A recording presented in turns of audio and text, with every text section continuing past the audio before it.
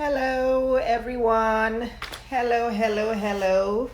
It is Sunday, December 13th. Welcome to Tea Time with Dr. Iyabo. Welcome. Hi, Rochelle. Welcome. I got your DM. I was trying to get my lighting situation done.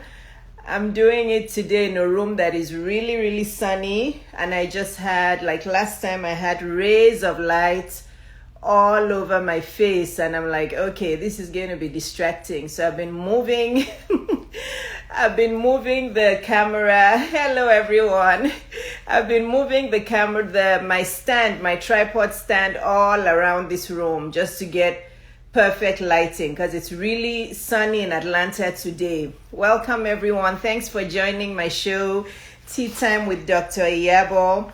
I even lost count of the episodes. This must be like my 16th or 17th.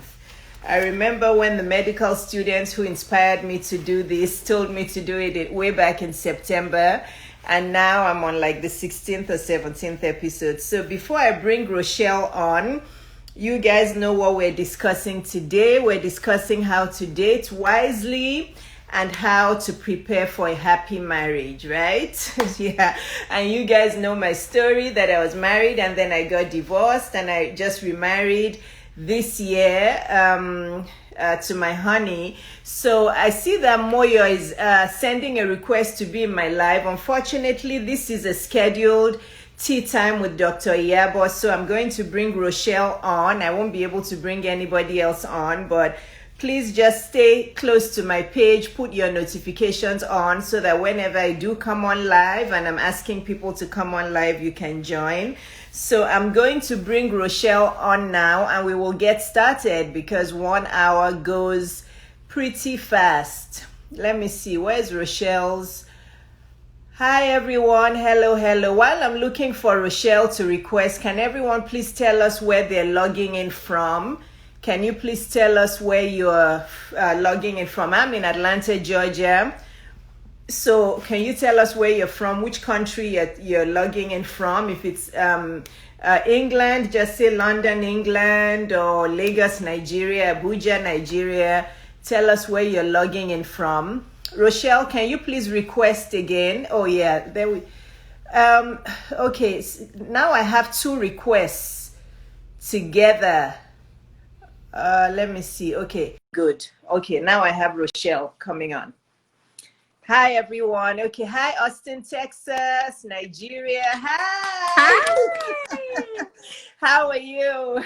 I'm good. Thank you for having me. No problem. Sorry, I saw your DM and I was struggling at that point. I was because I didn't want to use my ring light too brightly because the room I'm in has really good light, but then I had rays of sunshine all over my face. I'm like, that's not gonna be good. So yeah, welcome. Hi everyone. So there's a few people from Nigeria, Tulsa, Oklahoma, Austin, Texas. So everybody tell us where you're from, and I'm going to you know what, let me do this. Let me introduce Rochelle, and then when I finish introducing her, I'll let her tell us a few more things that I may have missed. Then I'll type in the topic for today.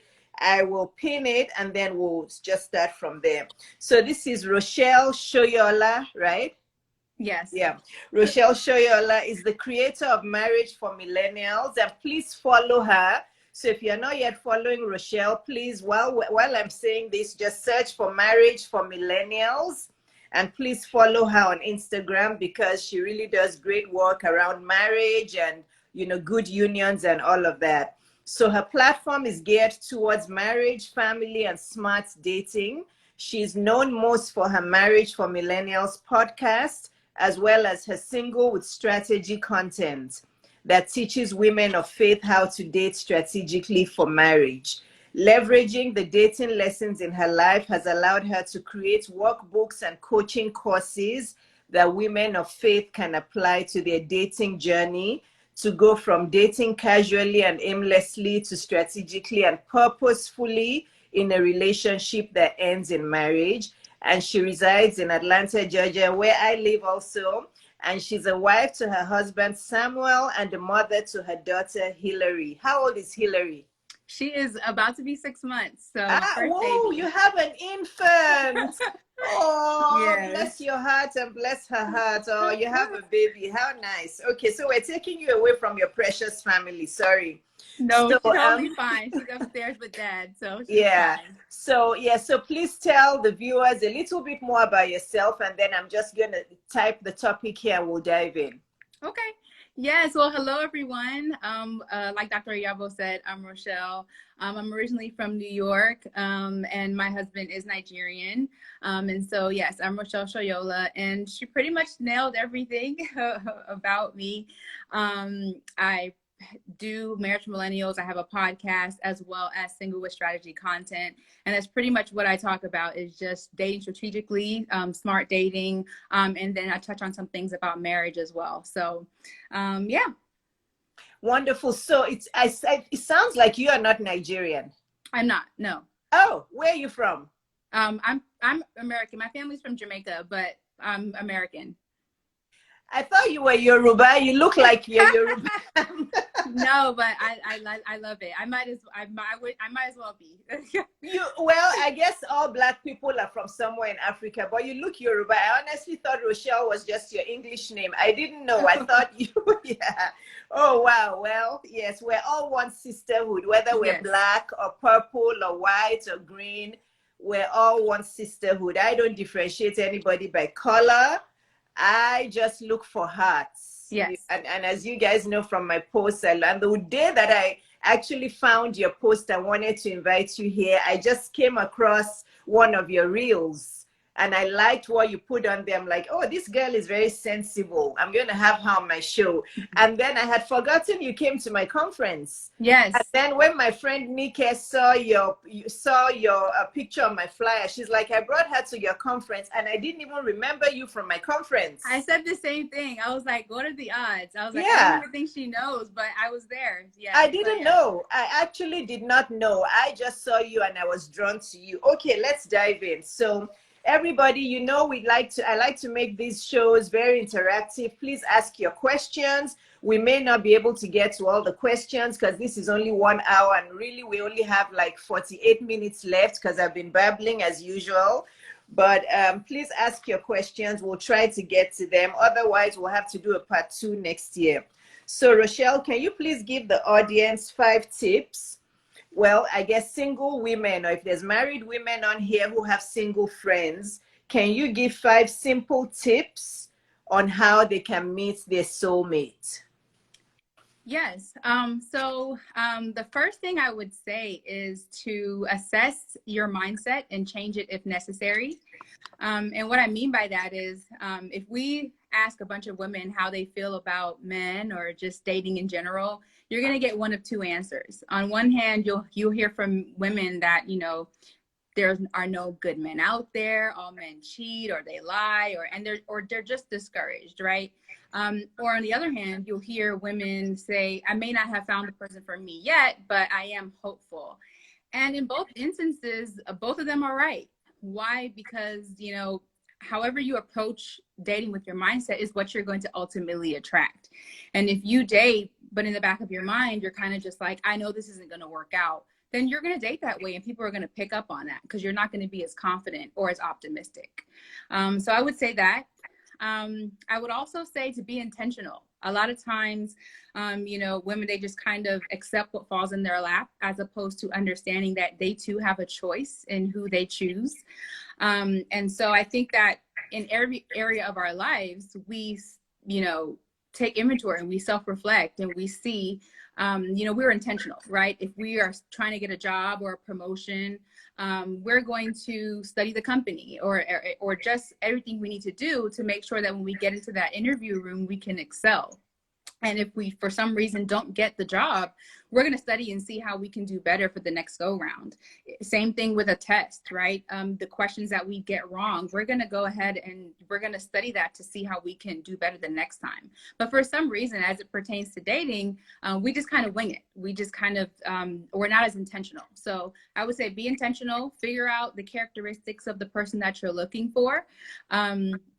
Where is that person located? And I don't necessarily mean physically, but intellectually, mentally, emotionally, where is that person located? So be intentional.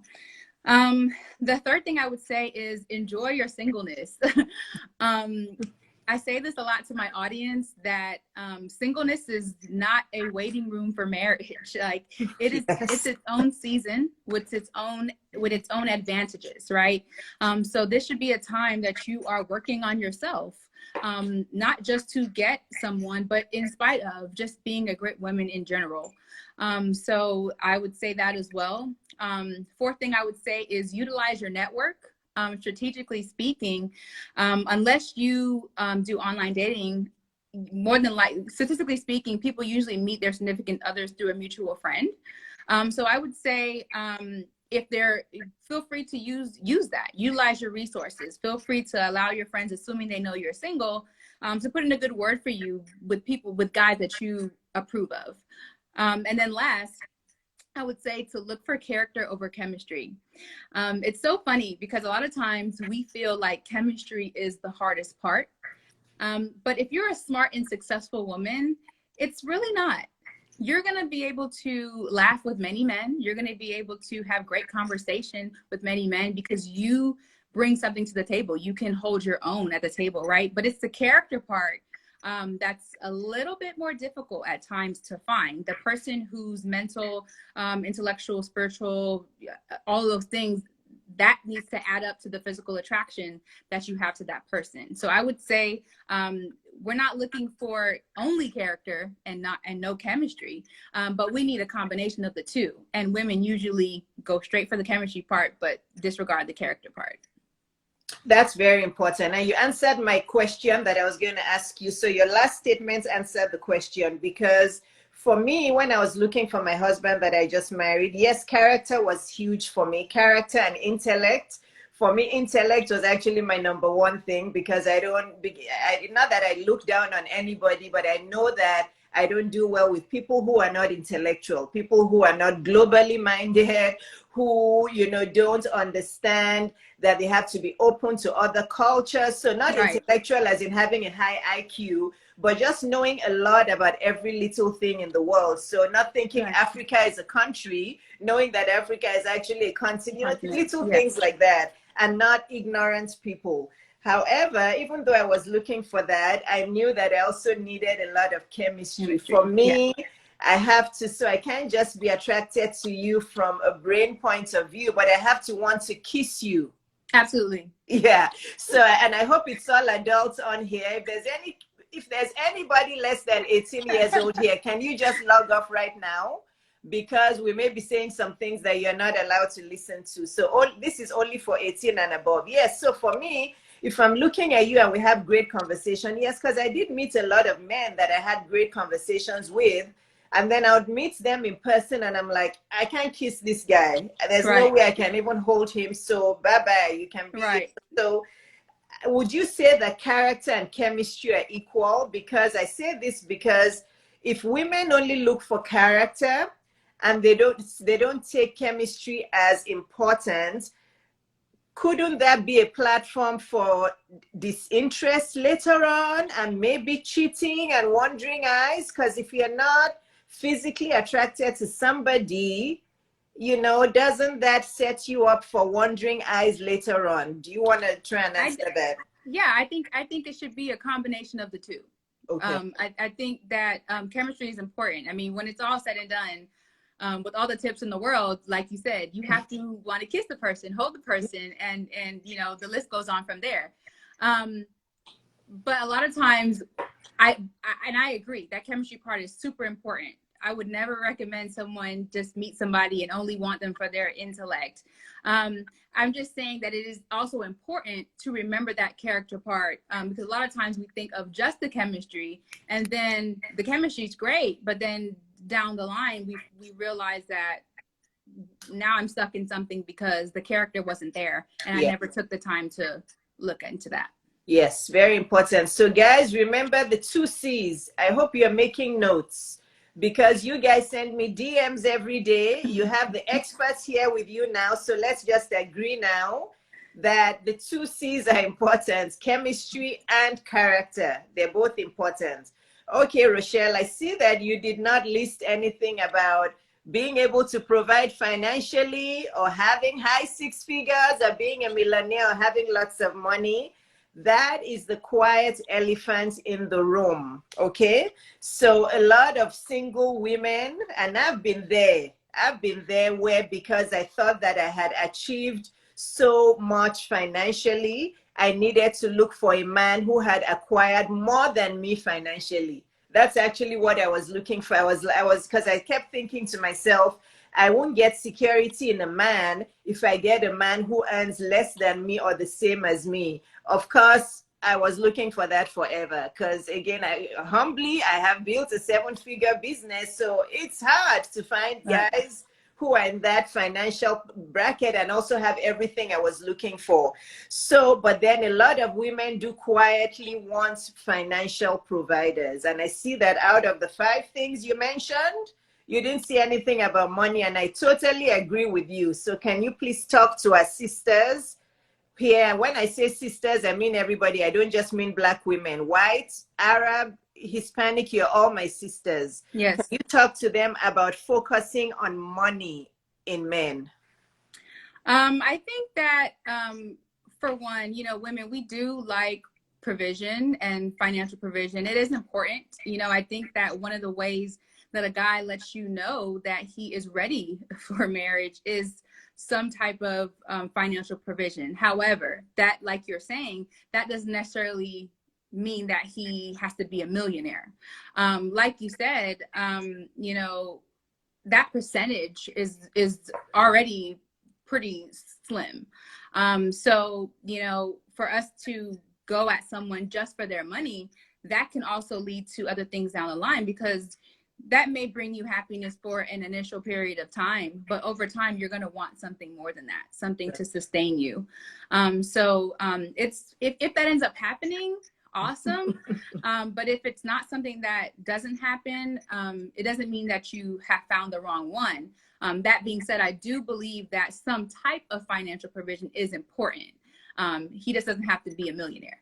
Let me ask you this, is it important for women to also have their own financial value? Is it important for women to also be able to make some money? Because I preach this, and I'd like to hear your views on this, that I tell women that yes, we all want men that can provide for us, but it's really, really important for you to also have something going on for you financially. You are making some money as well. What are your thoughts about that?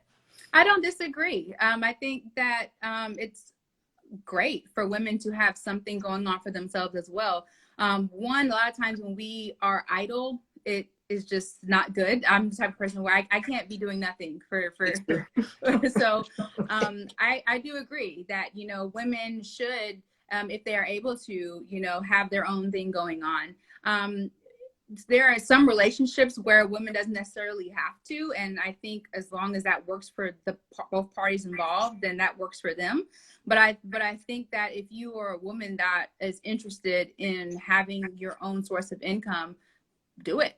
That's awesome. Okay. And I want to add to that again, because this is such a varied topic. I find that women who, with age, as you get older, even if you decide, let's say you decided that when your kids were young, like you have a 6-month-old, when my kids are young, I want to stay home and take care of them and have my husband be the financial provider. I find that women who do that, when they get into late 30s, 40s, certainly 50s like me, they start to have some resentment. So this is where I kind of tell women, because I've been through those stages. I'm now 50 years old, and I know many women who they get to a certain stage where they're like, I wish I kept my part-time job. I wish I hadn't just left my job completely to take care of my kids and my family. Even if it was just 2 days a week, I wish I had something, because now my kids are teenagers, they're gone. I have nothing going on for me. And my husband's still working. And now that a lot of men, well, before the pandemic, a lot of men were traveling for work, then they're home without their husbands, and they just feel like, okay, I'm 45 years old. My CV is empty. Nobody's going to hire me. So Yeah. that is where, because we women go through so many stages, not really like men, you know, where we're mothers and wives and our kids grow up and then they become teenagers and so I always preach this to women, that even if it's just something small you have, set up a business, have something going on for you, so that when you reach those middle-aged years, you don't start to feel resentful that you've just wasted your, I mean, not wasted, but a lot of women think that we don't waste any time. But Right. you get what I'm saying, right? So for you now, Rochelle, when you get into, and I'm not sure how old you are, you look like you're in your late 20s to 30s. You don't have to share your age if you don't want to. But having a 6-month-old, I think you're probably in your late 20s. So fast, let's say now you let go of your job. And then fast forward, you get to 45. And by that time, you have 3 kids and they're all in high school, college, they're independent. And then your husband's still working, providing money, and all you do is just stay home and cook meals and read a book. You may not feel like you're living in your purpose. You may not feel like you're living in your mission. So this is where, so you can touch on that, but this is what I advise women. It doesn't have to be any big, you know, office job. Even if it's a small side business you have that is going on for you. What do you think? I definitely think that's something to consider. I don't necessarily disagree. Like you said, even if it's something small, if that's what you want to do, I think then you should definitely go for it. It's kind of like, it's tricky because on one hand, you know, there are a lot of women who they, like you said, they may look back and they're kind of just like, oh, I feel like I wasted a lot of time. And I feel like I didn't have anything to show for it. But then there are also a lot of women who are just like, I spent my whole life working and I never spent that time to really get to know my family or just have the right time that I should have with my family. And so I think it's just kind of dependent on what that woman wants. And I think that if she wants to stay home with her children, I think she should do that, knowing Yes. that, you know, when her kids go off, knowing that she can do something in the meantime while she's doing that. And just understanding that life isn't necessarily over once your kids do leave the home. Yes. As well. So yeah, I think it's two sides to it, because Yeah. on one hand, you know, like you said, women can feel like they have no purpose per se, but there are a lot of other women who are just like, I spent a lot of time working and not a lot of time loving. And so it just kind of depends on what that woman wants. Yes, absolutely. And again, it's like with everything we discuss in life, right? You have to try to find a balance. I don't know if Right. balance exists, but you have to do your best. Right. You know, you just have to do your best and know that every stage of life you're in is not a loss. For me, that's the thing. I don't have any regrets. I don't have any losses. I just feel, well, I did my best, the best that I could at every stage, and that's what I did. Okay. So yeah, I think we can move on from here. I think people were just basically giving us their thoughts and comments, and they do agree with us that there are two sides to it. Okay. What are some big dating mistakes that women make? This is a good one. For the single and the divorced women, what are some big, no, you shouldn't have done that women do? I would say, for one, not being clear about what you want. I feel like a lot of times women, we feel like we have no voice. And so when we meet someone, we're not clear about what it is that we want. Hey, I'm looking for a relationship that is monogamous, a relationship that leads to marriage, or whatever it is you're looking for. We usually just kind of take a back seat and hope that the person wants that at the end of the day, when we need to be clear. You know, we don't need to be afraid to scare someone away with our demands. If that scares someone away, then that person is more than likely not the person for you. So that's one thing. The second thing I would say is that we focus on potential over what's been proven. And so if you talk to anybody and you say, oh, well, where do you see yourself in 5 years?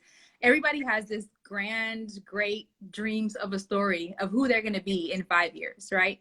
But only a few people are actually making the daily deposits needed to actually get there. You don't just snap your fingers and get there. Yeah. And so you know, we need to be looking at that. It's no different than if you go to the bank or something that's like that, and they're looking at your credit or whatever to see what your past practices are, habits are, to guess, you know, what you will more than likely do in the future.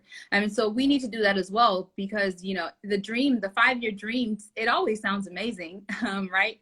But that's the potential.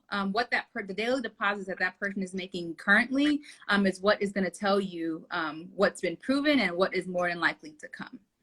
And the last thing I would say is knowing your values and sticking to them. People respect boundaries. You know, it says, I have a standard, and in order to have access to me, you must be in line with that standard.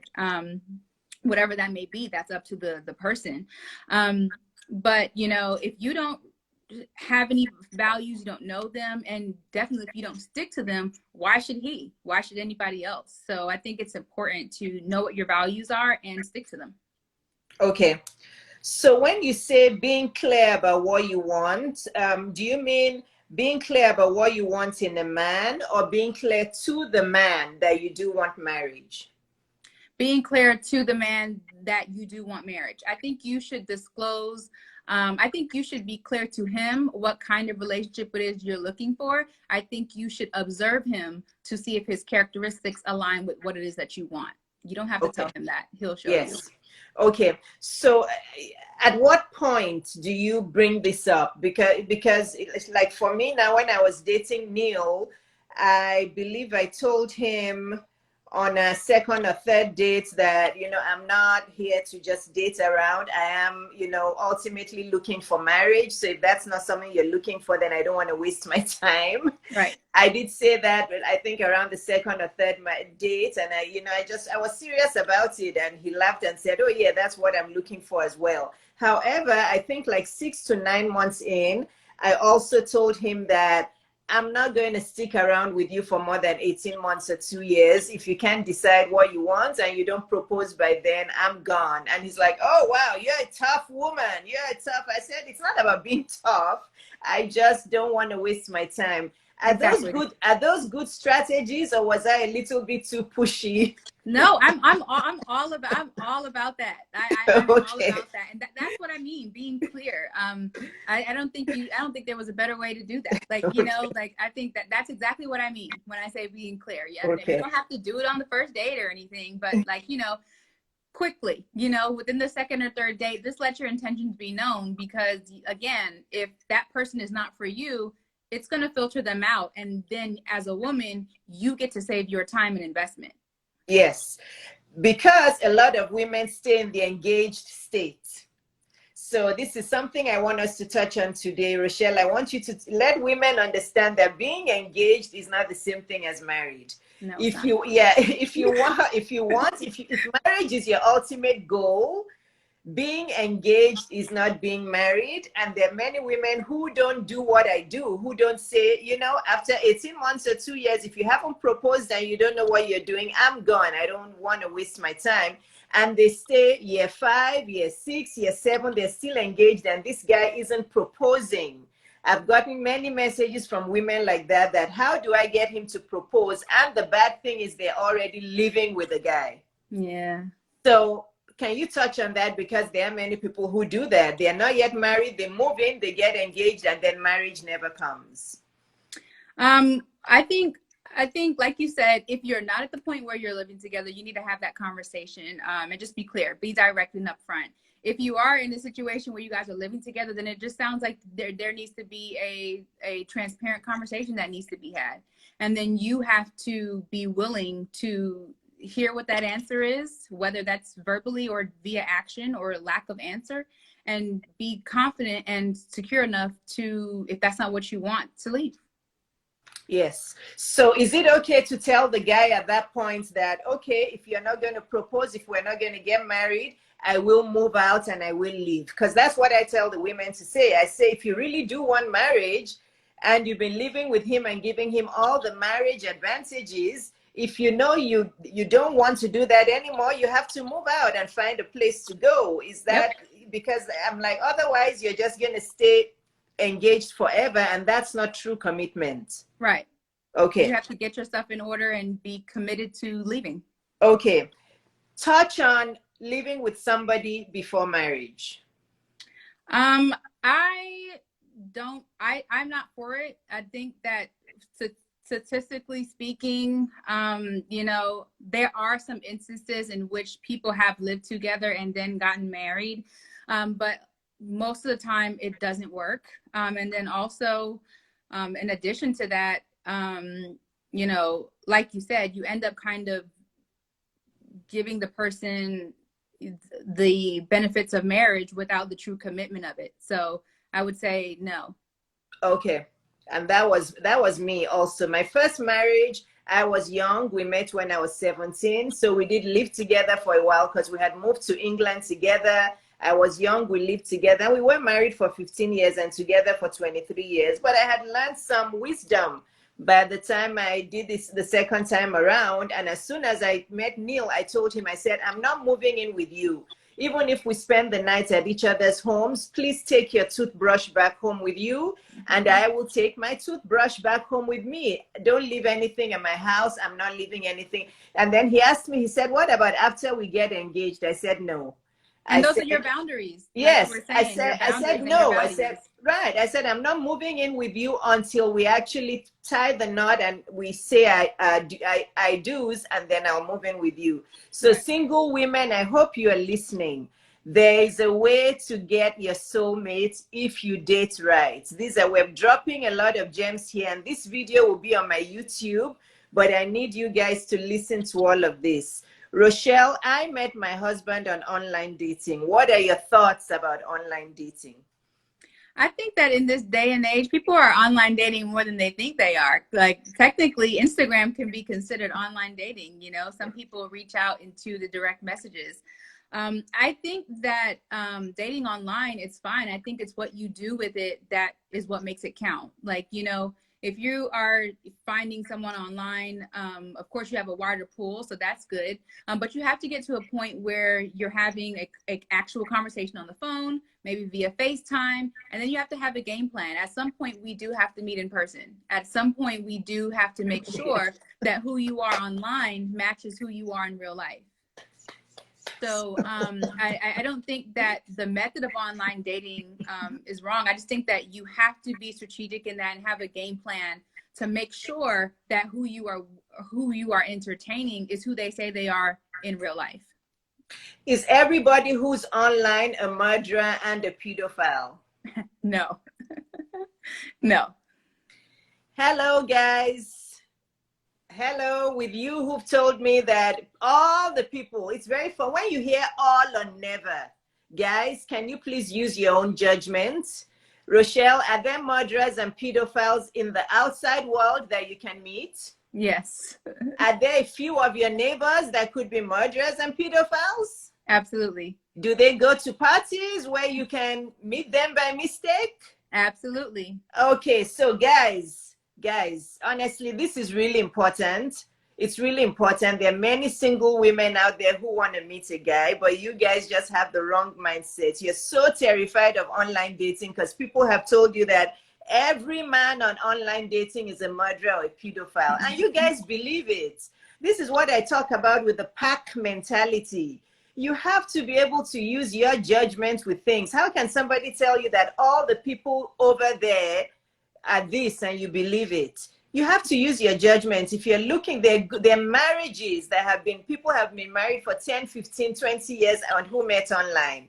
I met my honey online. I know we just got married, but he is a great guy. And I've met many, many great guys on online dating that obviously I'm not married to. There were just things here and there. So I wanted to emphasize this because this is the pandemic. If you're looking to meet people, be open to online dating. Okay, why do men cheat? Before I go on with this, I do want to say that women cheat as well. One question doesn't annul the other question. So I don't want to get DMs from people later saying, Dr. Iyabo said men cheat. People are very narrow-minded. They hear one statement and they judge you on it. So people don't DM me about that. I said only men cheat. I didn't say that. I said Rochelle, Why do men cheat? I think men cheat all boils down to not having self control and not being able to manage their emotions. I want to be clear. You know, I don't think it has anything to do with the woman. It's a choice at the end of the day. I do think that, you know, there are a lot of cultures where, you know, men, they may not view infidelity as a big deal, just based on their culture, or maybe they don't view women or the protection of women as valuable, or maybe they were taught that, you know, if something goes wrong, conflict resolution is me leaving the house and coming back after I have cheated, and all those things are wrong. And but if they have not done the work to unpack that, or just find a different way, then they're going to just repeat that cycle. And so I think that's why men cheat. But at the end of the day, it's a choice, and it's the lack of self-control that is what makes them do that. There are men where cheating is something that they will choose to do, and there are men where cheating is a non-negotiable and never on the table. So, yeah, I think it's completely due to a lack of self-control. Okay. So, what advice would you give to a woman who is tired of her chronically cheating husband, who's tried everything? She's prayed, she's fasted, they've gotten counseling. Now the husband says he's not going to counseling anymore. And it's not once or twice cheating, it's chronic, intermittent cheating. There's a lot of that going on in the outside world. A lot of women choose to stay. I don't agree with that, but if a woman contacted you today and says, I'm just so sad, I'm so depressed, I'm sick of all this cheating, what do I do? What would you tell her? I would encourage her to walk away. That person has broken your covenant at that point. If you guys, assuming that you guys are married. And so I would, if, especially like you said, look to counsel. And if that counsel, and if he's have been faced with other men who have said, hey, this is wrong, and he's still kind of like, I'm still going to cheat, then at this point, the covenant is broken. Many women, however, don't leave. Why is this? I think they don't leave because many cultures have made it shameful to leave. Divorce isn't fun, I'm sure. But in the same breath, neither is staying with a person that's consistently cheating on you. So, I think there are different things in marriage where it's like, okay, maybe we can talk about that. Maybe we can, do more counseling on that. But when it pertains to actual infidelity, if the person has no intentions of stopping, then they've broken that covenant for sure. What do you say to a woman who tells you, but all men cheat, and if I leave this one, the next one is going to cheat as well? A lot of women who are in cheating relationships will say that. I know that that's not true, but I think that's their defense mechanism. Can you talk to that with women who say, why should I leave? Because the next one is going to cheat as well. They all do it. Yeah, I would disagree. Just like you, I would encourage them to just think beyond that view. Again, there are men out there who, I mean, of course, when you get with someone, you don't know. You do your best, of course. That's why I say, look for that character to get a good inclination. But if for some reason that goes awry, that doesn't mean that every man does it. For one, we don't know every man out there, Yeah. and two, again, it's a choice, and there are men who that's just not an option for them. Yeah. And that they do exist. And, I would tell that person, just think beyond that vantage point, because there's better out there. Okay. So, again, I don't know if this happens in white culture, but I think in Black culture, because I'm a Black woman, I don't think it's only African. I think it's a Black thing that there's this thing that we just feel women are created to endure hardships, endure. And I blame it also on some of our friends, our relatives who give women advice. Because I see women who are in cheating circumstances, and then the friends, their family, everybody will rally around the woman and start telling her to just stay put and just endure. Ah, that's what women do. Just endure. This is your husband. You can't go anywhere. Oh, just stay there. Just stay there. You know, that culture for me is very repulsive, and I'm sorry about my language. It's very repulsive, because for me that's also enabling the men, because the men know that those women are not going anywhere. Their aunties, their sisters, their mothers will tell them to stay, so just keep doing it. So what do you say to women out there, and some men who also go and advise these women and tell them to just stay and keep enduring? This has to stop, because we're also enabling abuse. Right. I think that a lot of times, and I find that in, you know, many cultures, men don't really have a lot of accountability. And I think that in order for a relationship to be healthy, there has to be accountability on both sides. Now, there's, you know, no marriage is perfect. No relationship is perfect. So there's going to be a little bit of enduring that you do have to do, but that's not enduring cheating. You know, like that's, you know, maybe that's enduring a little character flaw here and there on both sides, things of that nature. But I agree with you. I think that constantly, you know, teaching women to endure abusive situations, I don't think that that's right. Yeah, it's not.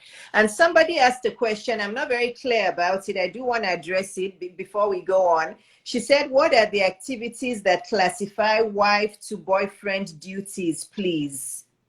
Do you understand that question, Rochelle? I think I do. Okay. I What does she mean by that question? The activities that classify wife to boyfriend duties. Because I think when we were talking, we were saying that, you know, living with someone before you're married and kind of giving them. Oh. So I think she's saying, what would you consider that? Would you like to touch on that? Yes.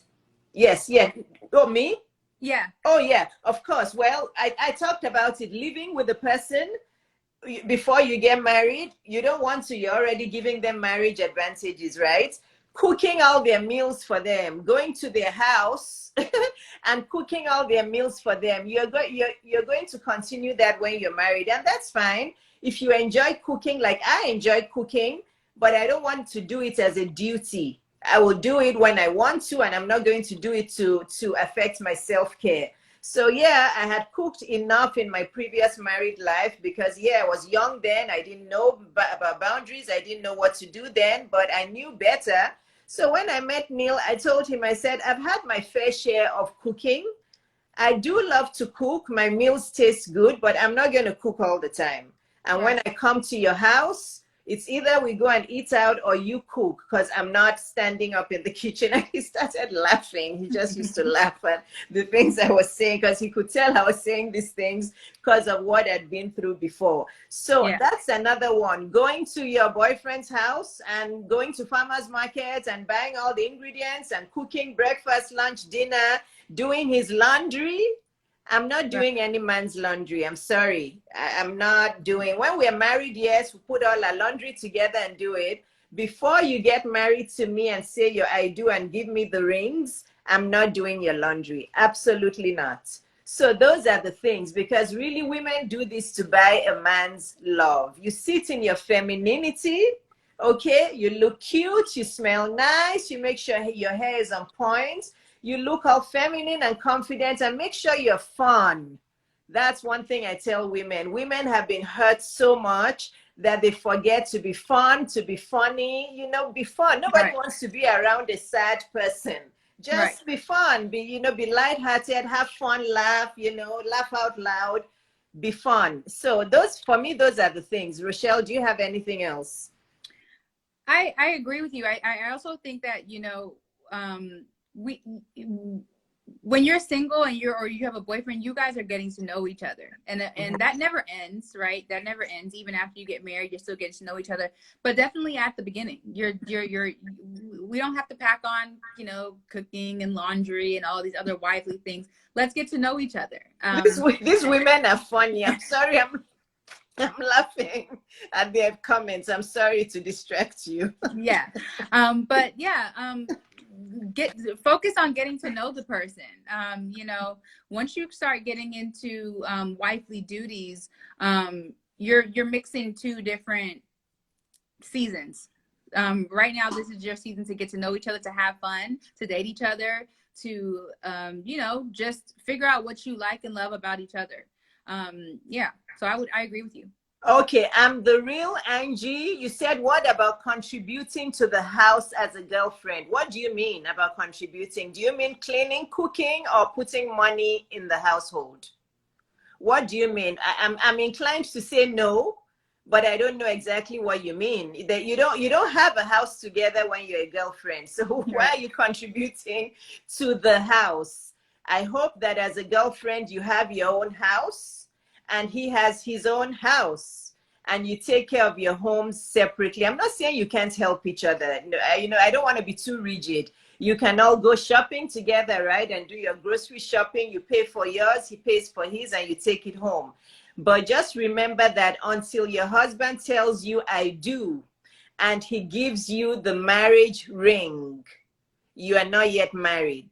So I don't know what you mean by contributing. Angie, can you be specific and ask us what you mean by contributing? But I'm inclined to say no to that. Okay. Someone said paying bills.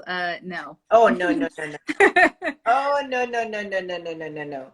No, no, no. Guys, please come closer. Can I get closer to this thing? I wish you were all here so I could hold you and give you a group hug and say that, guys, this is why there's so many sad, depressed, unhappy women, so many single women who hate being single, who want to be married. Then when they're married, they're still miserable. Okay? If you're not married to a guy, engagement is not married, dating, girlfriend, boyfriend is not marriage. Do not pay anybody's bills. If you go out to lunch or dinner together after a few dates, not on the first 5 dates, that's my rule. You can be flexible with it. On the first 5 dates, I don't split the bill with any man. I don't. By the 6, 7 dates, when I know we're more serious, I can ask and say, would you like help with the bill? And we can maybe split it or I can help, but I don't do it on the first 5 dates.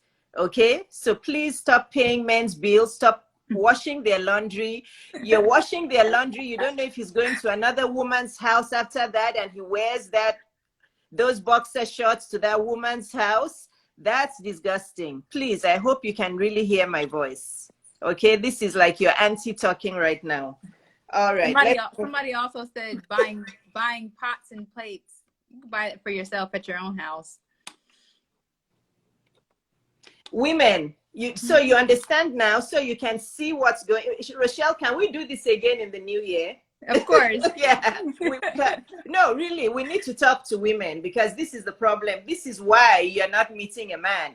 If you do all these things for the man, I'm sorry to say it sounds harsh, he's going to eventually dump you and go and meet a woman that he can take care of. Did you hear me?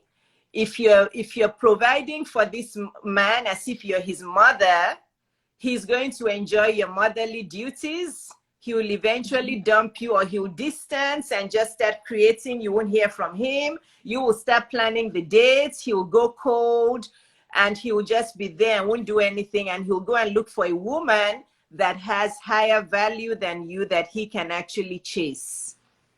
Let's move on because we only have 7 more minutes and I still have about 4 questions for you. Okay. 3 pieces of advice for a single woman who wants to know how to have a happy marriage when she does meet her future husband. I guess it relates to everything we're saying. Yeah. Yeah, but so can you go over that? So we're trying to say now the comments are just rolling in, right? Right. The first thing I would say is kind of what you said earlier. Have fun. There's so many tips on like marriage and all that stuff, but when the dust settles after you find that person, have fun. Date your spouse. Like spice it up. Make it fun. You know, have fun. The next thing I would say is, you know, just remember and manage our expectations. You know, like I always say, everybody's allowed to have a bad day, right? Starting with me. So Yeah. I may wake up on the wrong side of the bed, and I'm allowed that day, and respectfully, so is my husband, right? And so, we just have to remember that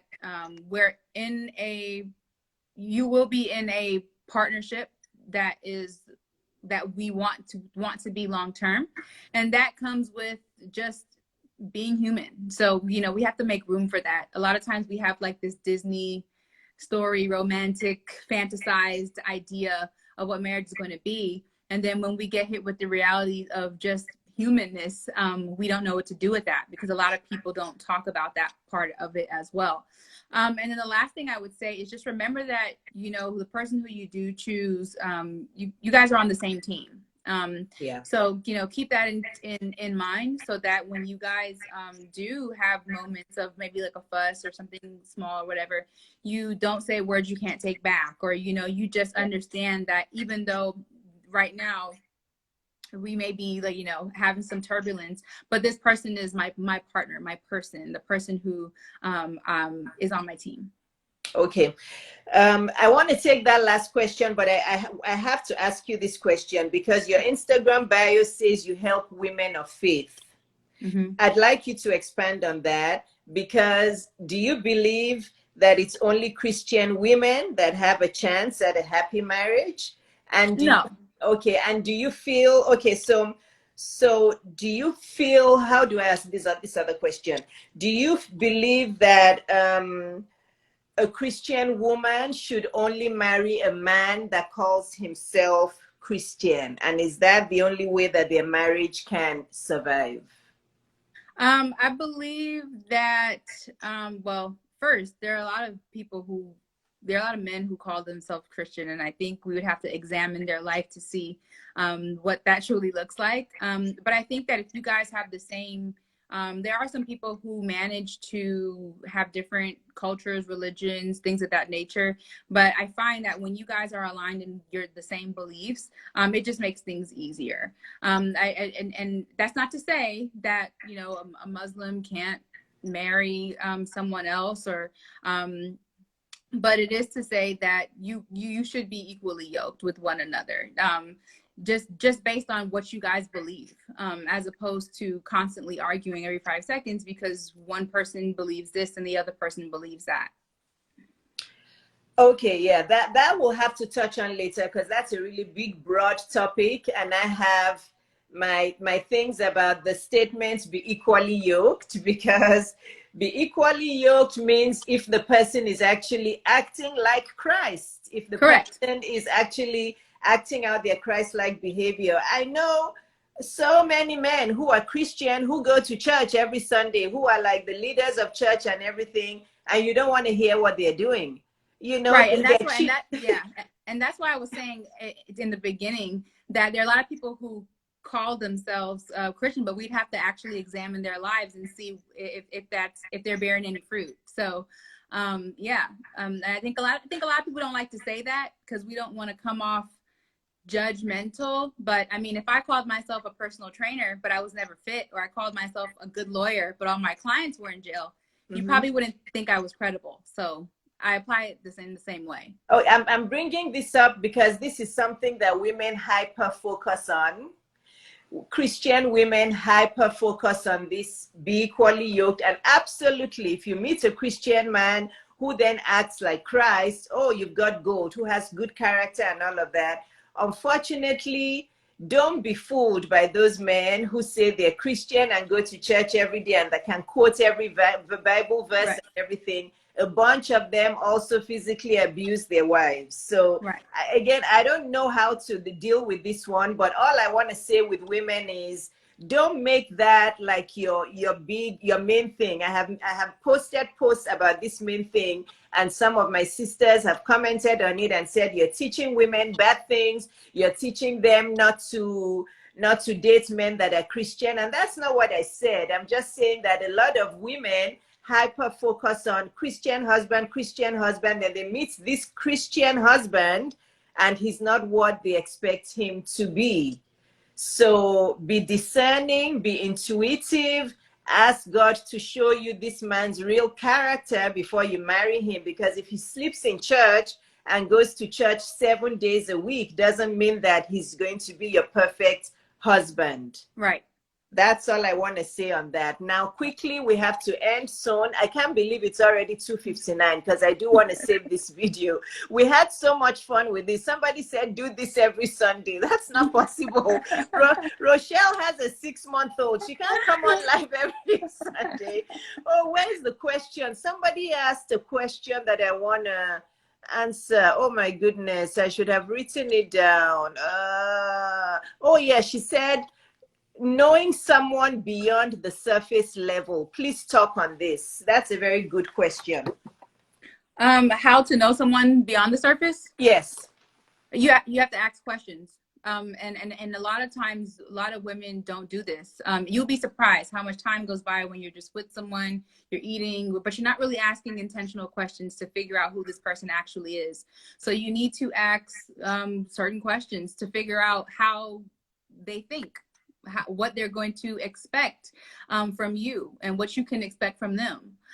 So yeah, you need to ask serious questions, intentional questions, in a way that's kind of effortless, not robotic, but in a way that gets you the answer, the data that you need to collect. Yes, I agree with Rochelle. Ask questions, but don't make it robotic. Don't ask it on the first few dates. Don't go to the dates with a list like I have here and say, okay, so tell me, what car do you drive? Okay, tell me, are you a Christian? Right. Tell me, you don't want to do that. You still want to be, effortless and easy, and just like drop those questions one by one after a few dates. Don't do it too robotically, like she said. That's the key word. Rochelle, thank you so much. Thank you for having me. Everybody loves you. So all you guys go and follow Rochelle, Marriage for Millennials. I love her page. I love all her reels and her videos. She's one to know. So we will do you know what? Maybe we should do it around Valentine's Day or something. That'll be good. Yeah, we'll do it again around Valentine's Day, but we can't do it every Sunday, guys. Right. But thank you all for joining in. The replay will be on my YouTube video, on my YouTube channel. So make sure you subscribe. And I will see you in January for my first tea time. I'm taking the next 2 Sundays off from tea time. But I will be coming on live though. So watch out for my lives. Thank you, Rochelle. Thank you. You're a blessing to everybody. Thank you. We love you. Bye, guys. Bye-bye. Bye, everyone.